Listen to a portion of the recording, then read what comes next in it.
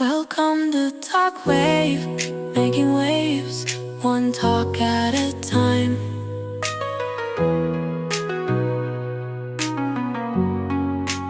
Hey everyone, welcome back. It can feel pretty overwhelming keeping up with everything in the digital world, right? Right. Especially when it comes to our kids and Yeah. their presence on social media. Yeah, It feels like it's a whole other universe out there. absolutely. And it's like constantly changing too. And so today we're going to do a deep dive into some recent articles and research reports that we have been taking a look at. Yeah. And we're going to try to break down what's really going on, in this digital landscape when it comes to kids Right. and social media. Yeah, and I think, it's more than just like how much time kids are spending online these days. It's Right. like, we're talking about a Yeah. whole network of potential dangers that we need to be aware of. Exactly. And one of the sources we're looking at today, it highlighted this statistic that was just mind-blowing to me. Oh, yeah. 95% of kids and teens in the U.S. are on social media, Wow. and 16 to 20% are using it almost constantly. Wow. That's a lot. I know it's a huge amount of exposure. It is, and it's not always going to be positive, right? Right. It's definitely concerning. Yeah, and the source, goes on to outline just this huge spectrum of risks that Yeah. come along with this level of exposure. Right. Things like cyberbullying exposure to adult content, even the risk of online predators. Right. These are all things that, no parent wants their child to encounter. It's a scary list, It is. and it doesn't stop there. No. The source also mentions the very real possibility of identity theft. Right. Malware disguised as these innocent downloads, games and apps that kids love. Yeah. And the potential for kids to develop just unhealthy relationships with social media itself. That's a big one. It is. That the source actually cites that over 1.5 million children in the U.S. Wow. had their identities stolen just last year alone. That's crazy. Yeah, and when you think about, how kids often have these clean credit histories, Right. They become prime targets for this type of crime. That's scary. Yeah, it is. So we've established that there are some serious concerns here. Absolutely. But I'm sure, a lot of parents out there are listening to this and thinking, Yeah. I can't just keep my kid offline entirely.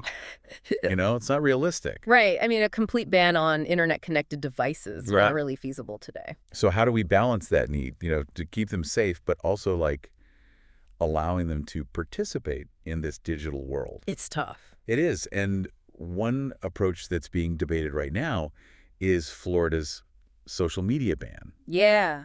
which seems like it's trying to address some of these concerns head on. Yeah, this is where things get interesting from a legal perspective. Yeah. So Florida's HB 3 law, Uh, it basically prohibits social media accounts for kids under 14, yeah, okay. requires parental consent for 14 and 15-year-olds, Got it. and mandates the termination of any existing account suspected of belonging to anyone under 14. Wow, that's a big law. It is. So how do they even define social media platform in this law? Right. Because it seems like such a fluid concept these days.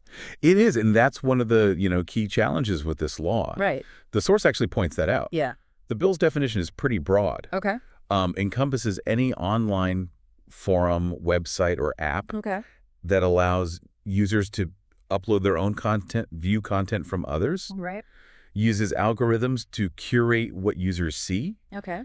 and incorporates features that could be considered addictive. So that could cover a huge range of apps. Yeah. I mean, even the source uses Spotify as an example. Right. And it raises the question of could just listening to music be considered a violation? Right. So it highlights the ambiguity of Yeah. the law. Makes it tough to enforce. Exactly. And then there's another layer of complexity too. Okay. The law is facing legal challenges. Oh, wow. There's a court case coming up that could actually determine its future. So it's kind of a wait and see situation with this particular law. But regardless of what happens in Florida, I think we can all agree that the need for parents to be proactive Absolutely. about their kids' online safety is clear. 100%. And that's where the source's 12 practical tips for parents come in. I like it. These are strategies you can implement right now. Great. No matter where you live or what the legal landscape looks like. Awesome. So these tips cover a lot of ground, right? They do? We're talking about teaching kids about online privacy setting, screen time limits, Right. using parental controls to block potentially harmful content. Oh, really important stuff. And one tip that really stood out to me Yeah. was the grandma rule. I love that one. I know, it's so good. It's so simple. It is. but it's effective. Yeah, it encourages kids to think about whether they would be comfortable Yeah, with their grandma, seeing what they're about to post online. exactly. Love it. It's such a good way to get them thinking about, the permanence Right. of their online actions and who might see what they share.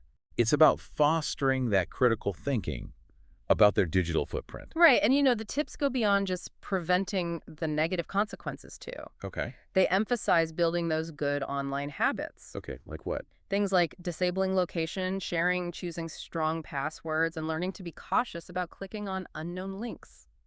These are all essential skills for anyone navigating the digital world. Right. It's about equipping kids Right. with the tools to become informed and responsible digital citizens. Exactly. And the source even recommends considering family identity theft protection services Yeah. with parental controls Right. to provide that added layer of security and give parents some peace of mind. It's about finding the right tools and strategies Okay. that work best for your family and your unique situation. And your unique situation. Right. I like that. Ultimately, the key takeaway here is just the importance of being involved and engaged. Yeah. Having these open conversations with your kids about the online world, the potential risks, how to make smart choices. It's paramount. It is. It's an ongoing conversation. It is. It's not a one-time lecture. Exactly, because the digital world is constantly evolving. Right. So staying informed and adapting your approach is essential. Now, before we delve deeper into those specific tips, Yeah. let's address a common misconception that young kids aren't engaging with social media. Right. Because this source highlighted that children as young as 7 are already using social media. Wow. That's a lot younger than a lot of parents might realize. It is, and it really shifts the focus from when Right. to how we introduce our kids to the online world. It's Yeah. not just about setting age limits. Right. It's about building a foundation of digital literacy Right. and responsible online behavior from a young age. So even if your kids aren't on social media, yet starting early, laying the groundwork for those healthy online habits is crucial. Yes, and that includes parents modeling those good habits themselves 100% kids are so perceptive, they pick up on our behaviors. all the time.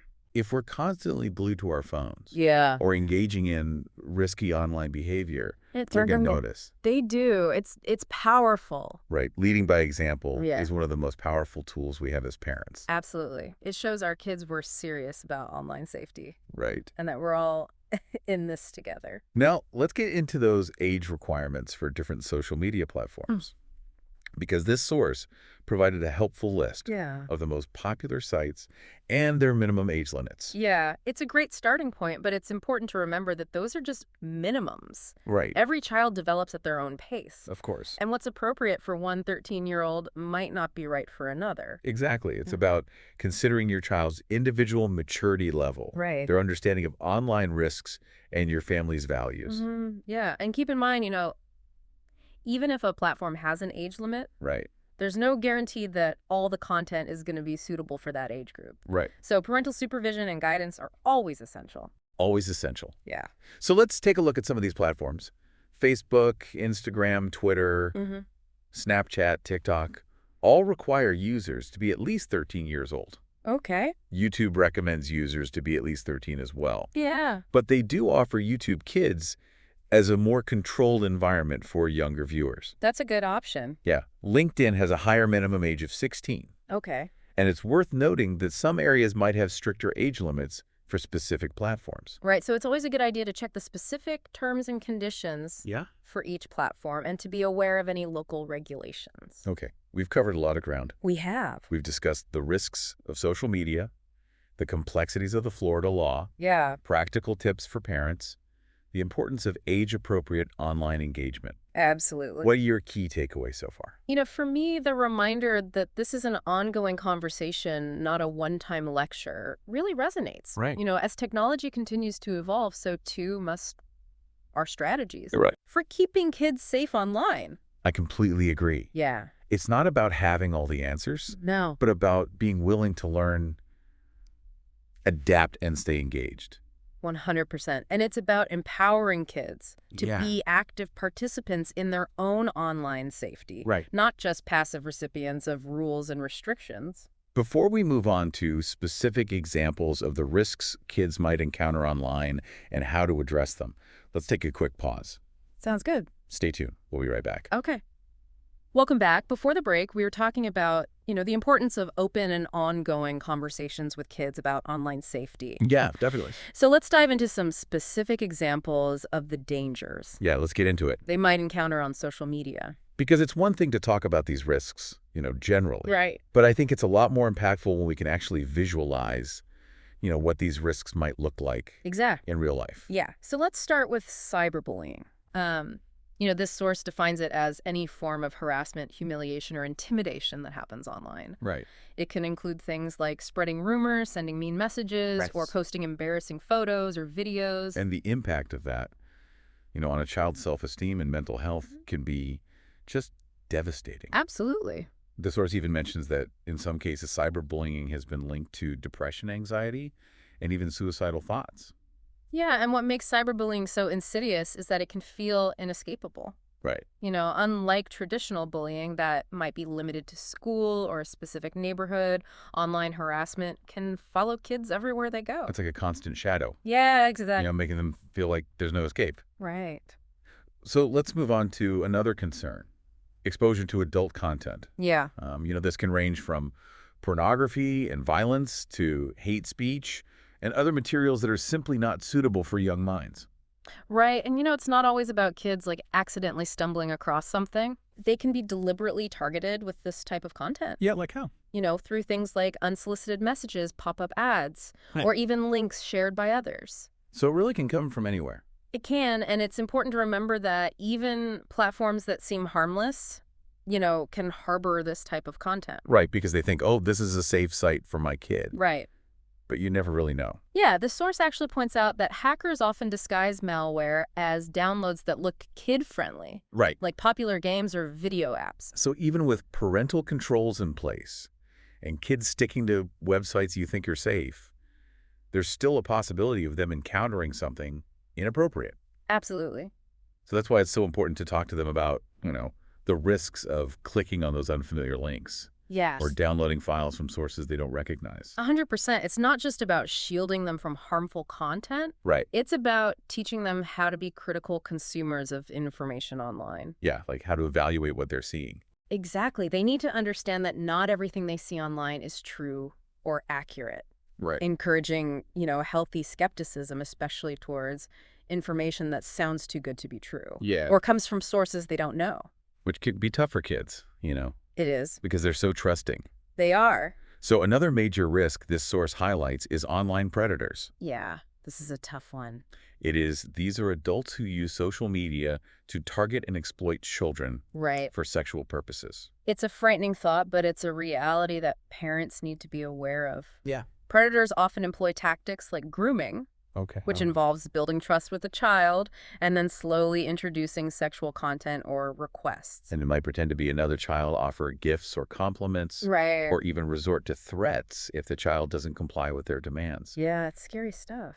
It is, and it's vital for parents to have those conversations with their kids Yes. about these dangers and encourage them to report any suspicious activity immediately. Absolutely. And, it's not enough to just tell them, don't talk to strangers online. Right. Kids need to understand that predators can be very manipulative.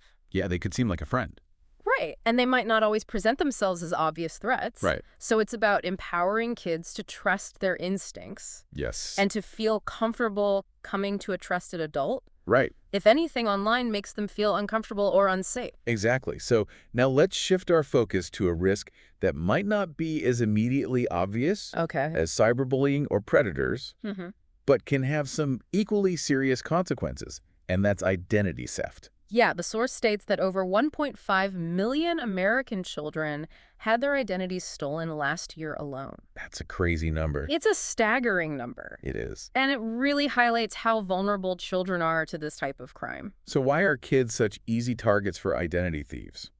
Well, one reason is that children often have clean credit histories, Right. which makes them attractive targets for fraudsters. And they might not be as aware of the risks associated with sharing personal information online, Exactly. like their full name, address, or date of birth. Yeah. And, even seemingly harmless pieces of information, Right.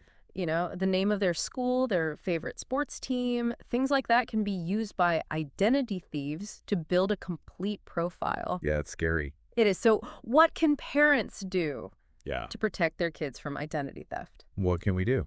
Well, the source offers a few key strategies. Okay. First, teach kids the importance of online privacy Right. and not sharing personal information with anyone they don't know and trust. And it goes beyond just what they post publicly. Right. It's also about what they share in those private messages and chats. Exactly. So regularly reviewing